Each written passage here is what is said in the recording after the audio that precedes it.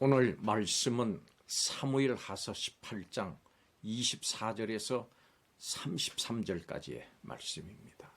오늘 이 부분의 말씀은 이렇습니다. 압살롬이 죽고 전쟁이 종결되던 그 무렵에 다윗은 초소에 있어도 됐었는데 마하나임 성읍의 두 문 사이에 앉아 있었습니다. 성벽 위에 있던 파수꾼이 누군가 혼자서 달려오는 모습을 보고서는 다윗에게 보고를 했습니다. 그러자 다윗은 혼자 오는 사람이면 좋은 소식을 가져오는 사람일 것이라고 기대를 합니다. 파수꾼이 이어서 또 다른 한 사람이 달려오는 것도 보고를 하니까 다윗은 그 사람도 역시 좋은 소식을 가져오는 사람일 것이다 라고 기대합니다.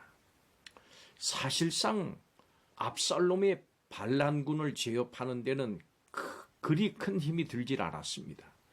다윗의 정예병은 잘 조직이 돼 있었고 숙련된 용사들이었는데 반해서 압살롬의 군대는 급조돼서 조직이나 훈련이 미흡했습니다. 그렇기 때문에 다윗의 관심사는 애초에부터 승전 여부가 아니었습니다. 아히마아스가 도착했을 때도 구스 사람 전령이 도착했을 때도 다윗은 승전에는 별 관심을 보이지 않았습니다. 전령들이 오는 모습에서 벌써 그 사실을 알았기 때문입니다. 다윗의 유일한 관심은 자신의 아들 왕자 압살롬의 안부였습니다. 다윗은 앞서 달려오는 사람이 사독의 아들 아히마아스 같다라고 하는 파수꾼의 보고를 받고는 그가 좋은 사람이니까 좋은 소식을 가져올 것이라고 기대하는 말을 합니다. 다윗 앞에 도착한 아히마아스는 승전의 소식을 전하면서 압살롬의 죽음에 관한 소식은 일부러 생략을 합니다. 전하지 않습니다.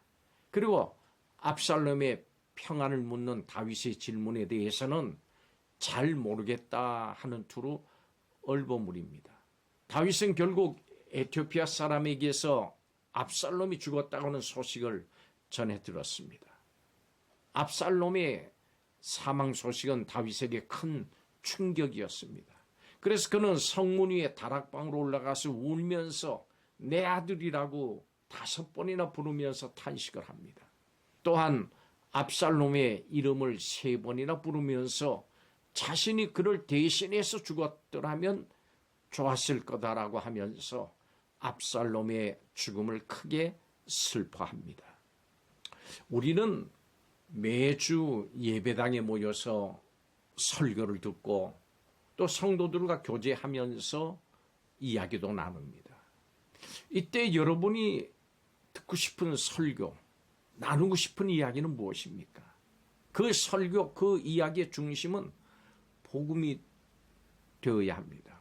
오늘 말씀을 통해서 이 복음에 대해서 함께 살펴보겠습니다.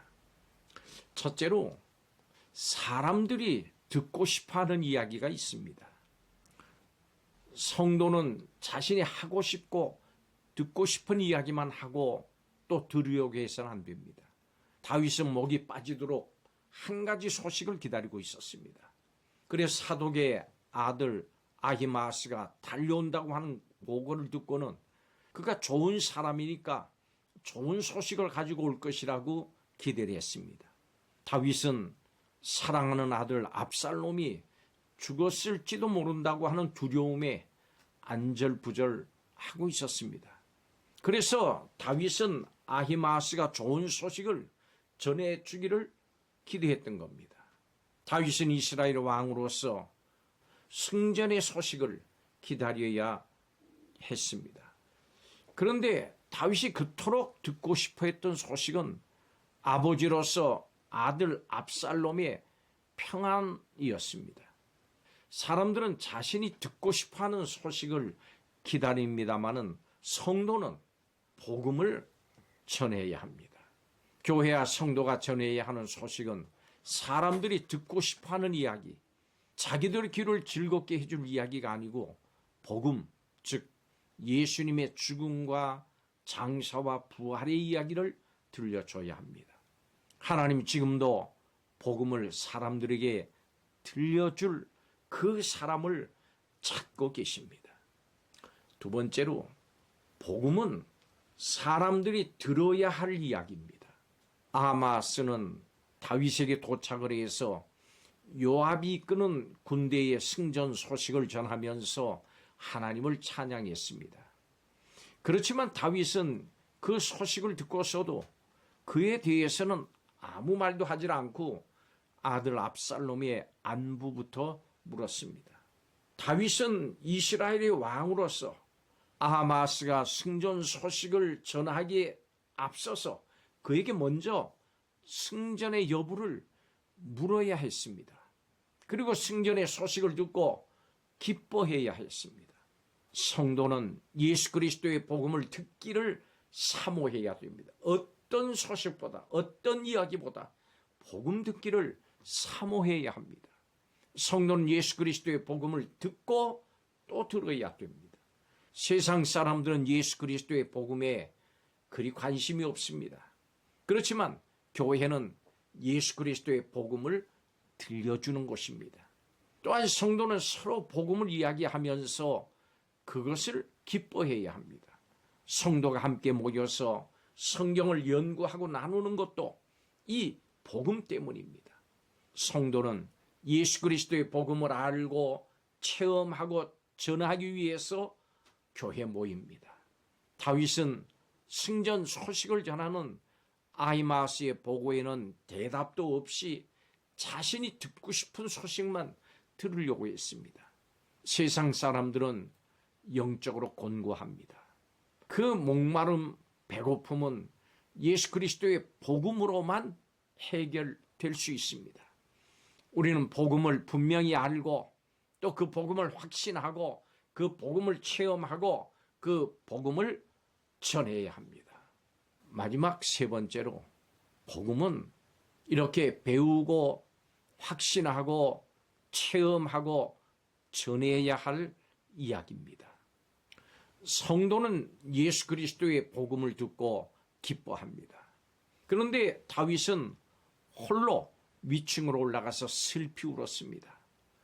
전쟁의 승리로 기뻐해야 할 그 순간에 다윗은 기뻐할 수가 없었습니다.